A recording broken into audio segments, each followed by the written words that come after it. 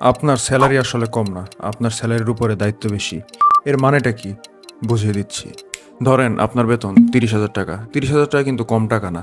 কিন্তু এই 30,000 টাকার উপরে কত দায়িত্ব?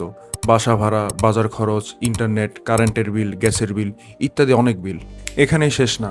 বাবা মার খরচ, আত্মীয়স্বজনের প্রতি দায়িত্ব, ওষুধ, বিভিন্ন র্যান্ডম খরচ।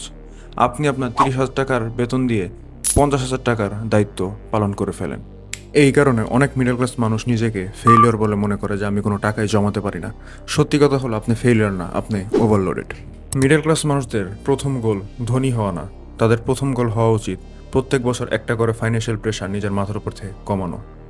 ধরেন আপনার একটা বাৎসরিক ইএমআই আছে প্রতি মাসে 3,000 টাকা। আপনার টার্গেট হওয়া উচিত এইটা এক বছরের মধ্যে যেভাবেই হোক কমপ্লিট করা।